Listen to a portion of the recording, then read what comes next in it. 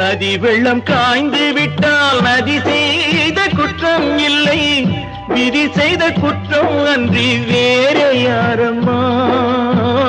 நதி வெள்ளம் காய்ந்து விட்டால் நதி செய்த குற்றம் இல்லை, விதி செய்த குற்றம் அன்றி வேற யாரம்மா.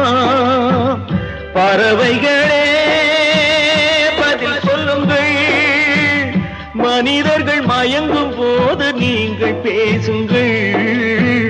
மனதுக்கு மனதை கொஞ்சம் தூது செல்லுங்கள். நல்லவர்க்கெல்லாம் சாட்சிகள் ரெண்டு, ஒன்று மனசாட்சி, ஒன்று தெய்வத்தின் சாட்சியம்மா, தெய்வத்தின் சாட்சியம்மா.